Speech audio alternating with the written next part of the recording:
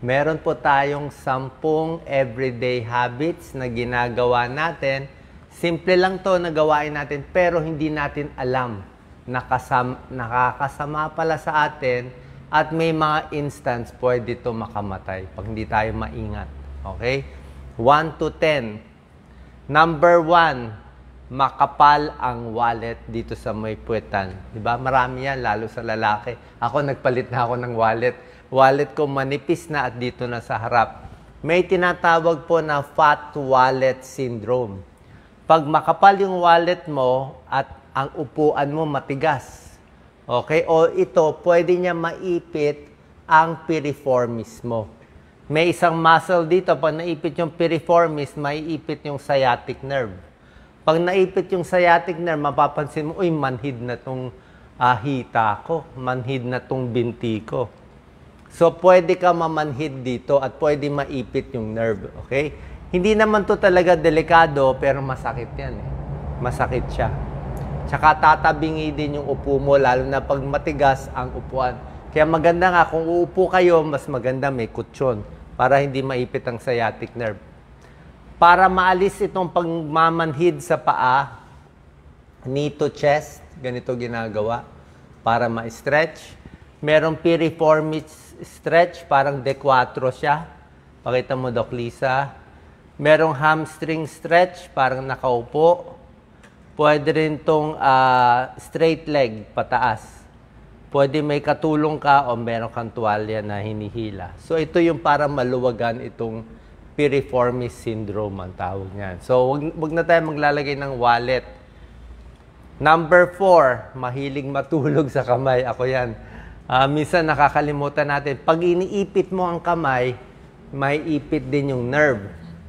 Pwede maipit yung ulnar nerve. Pag ito inipit mo, mamamanhid yan.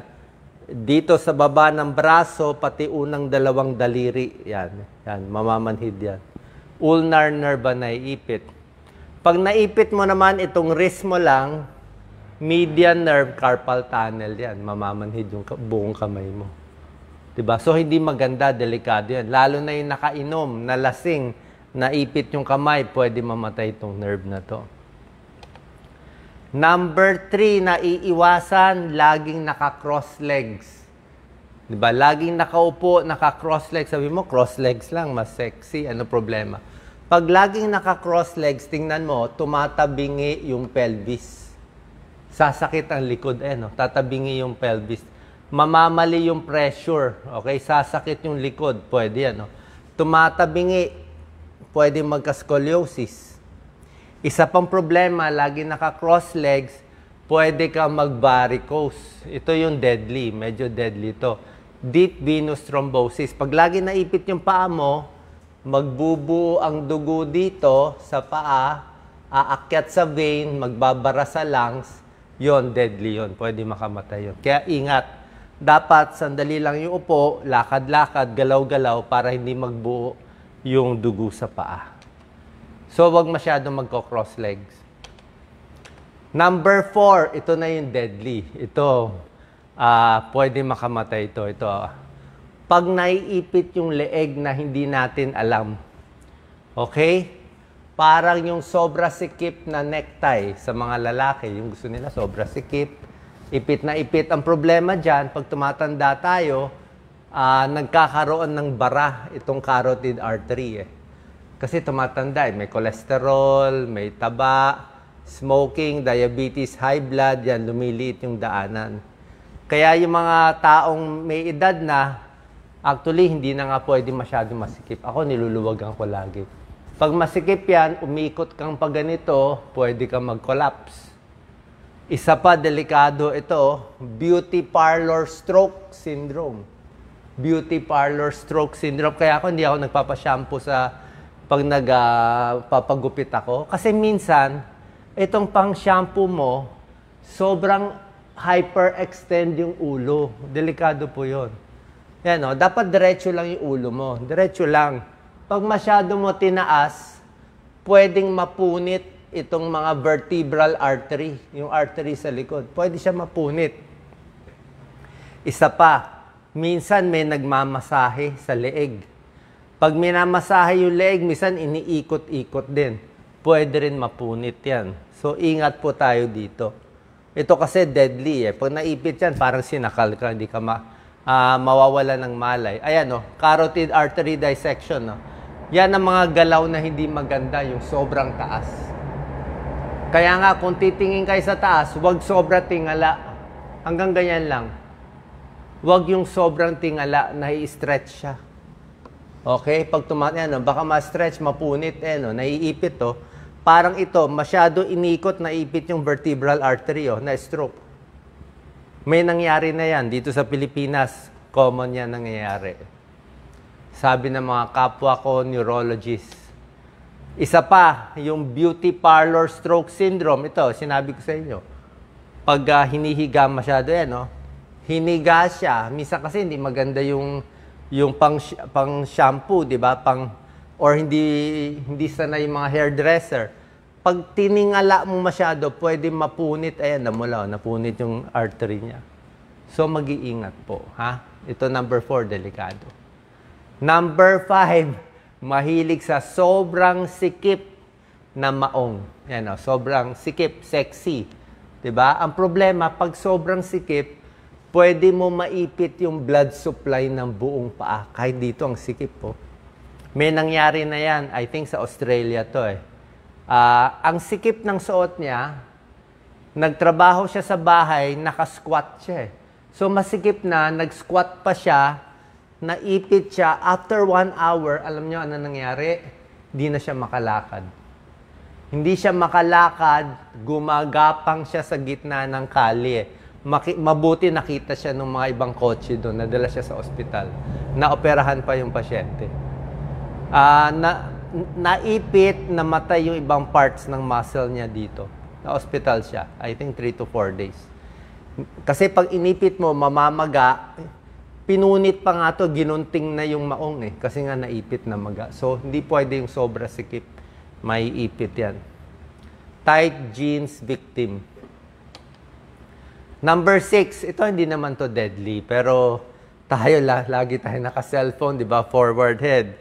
Lagi tayo naka-computer forward head. Ang problema lang, pag lagi naka-forward head, masakit ang batok. Masakit ang likod. Dapat, pag nagsi-cellphone, nakataas ganyan, nakataas. Huwag ganito. Or yung mata mo lang ang titingin. Tingnan nyo kasi, dapat ganito position nyo pag nagsi-cellphone kayo. Lalo na yung mga kabataan ngayon, bata pa, masakit na leg. Pag ganito ang position mo, yung ulo naka-rest dito, diretso, ang bigat ng ulo mo, 10 pounds lang. So, hindi hirap yung katawan. 10 pounds Oras na finorward head mo siya, ginanyan mo, ang kinakargang bigat nitong cervical spine mo, 50 pounds. Diba? Hirap na siya. Pag ganito pa katungo, 60 pounds na. Kaya sumasakit ang likod ninyo. Kaya dapat diretso lang. Papangit pa, makukuba ka pa. Ito po, deadly to, number 7. Di ba, minsan meron tayong mga tigyawat dito. Gusto natin i-tris. O minsan may buhok tayo sa ilong, hinihila. Bawal na bawal po yan. Bawal na bawal. Tawag dito, deadly triangle. Danger triangle of the face. Pag itong parte sa ilong, buhok ng ilong, hinila, nag-impeksyon, may pimples dito, nag-impeksyon. Pag ito nag-impeksyon, pwede pumunta sa utak. May isang daanan kasi mula dito, papasok sa utak. Pag nandito yung tigyawat mo, tiniris mo, mamamaga lang dito. Pag dito namamaga, walang problema. Pero pag itong deadly triangle, may nangyari, nag-impeksyon, pumunta sa utak, nag-brain abscess. So, deadly ito. Pwede gupitin na lang yung buhok sa ilong, huwag hihilahin. Huwag titirisin. Number 8, mahilig magluhod. Diba? Ano mga trabaho? Nasa simbahan, naglilinis, nakaluhod, construction worker, bricklayer, gardener, mechanic, plumber, lahat yan. O, preacher, laging nakaluhod, dancer, athlete. Pag laging nakaluhod, pakita mo, Doc Lisa, napupudpud yung tuhod. Yan, para hindi mapudpud ang tuhod natin, huwag luluhod ng matagal. Kung luluhod kayo sa simbahan, dapat yung may kutsyon. Yan, no? Pag nakaupo matagal, masisira din. Bouncing, pag nag-stretch ka na, nagba-bounce-bounce ka, pwede rin mapunit. Pag luma ang sapatos mo, sabi ko, dapat rubber shoes. Iwas din sa ganitong position ng matagal. Yung nagla-lunge ka, konti-konti, kasi kung overweight ka, nag-lunge ka, bibigay itong tuhod mo. May kakilala ko, pina-lunge nung trainer niya, napunit ang ano niya, mga litid dito sa tuhod, naoperahan pa siya. Okay? So, ingat sa ganito. Dapat dahan-dahan lang. So, do not kneel on hard surface. Lalo na pag tumatanda. Number 9 out of 10 na deadly nakaupo ng matagal. Yan. 6 hours nakaupo, 7 hours nakaupo, tapos itong video, maglalakad-lakad na ako. May pag-aaral yan. Matagal nakaupo, office worker, dapat every hour lakad-lakad. Ayan o. Higher risk of heart disease, mas marami tumataba, higher risk of diabetes, lagi nakaupo, maraming cancer, lagi nakaupo, maagang namamatay, lagi nakaupo. Kasi pag nakaupo, wala kang exercise eh. Pwede magbara yung dugo sa paa. Nagbubu ang dugo, kulang sa circulation. Kaya nga sinabi natin, galaw-galaw para hindi pumanaw. Diba? Exercise, exercise. Yan no, every 45 minutes, lakad. Huwag lagi galaw-galaw, kahit nakaupo. Yan no. Pag matagal din nakaupo, nagkakaproblema rin dito sa tumbong, sa may prostate. Sumasakit din yan. Meron ding problem dyan. Kaya dapat malambot yung upuan at tatayo-tayo. And number 10, na delikado everyday ginagawa, huwag iiri masyado. Okay? Pag dudumi, parang mangangana. Pag sobrang iri, pwede ka ma-heart attack. Lalo na yung prone sa heart attack. Pag mahina ang puso, bawal umiri. Nagkukulang ng blood supply ang coronary arteries. Alam ko po yan bilang cardiologist at internist. Yan po. So, pag may sakit sa puso, hayaan lang dumumi magsa. Huwag iiri ng iiri na mamumulay mukha mo. Delikado, nakamamatay. Marami namamatay sa banyo, kakairi. Sama ko na rin, sobrang ubo, sobrang bahing, sobrang lakas ng ubo, baka may pumutok dyan. Mamaya pumutok dito sa may lungs, magkaluslos, masobrahan ng ubo, baka pumutok dito sa utak, meron din, bisa pumutok sa sobrang bahing, sobrang ubo. Kaya dapat yung ubo, dahan-dahan lang. Half-puff technique lang, parang ganun lang.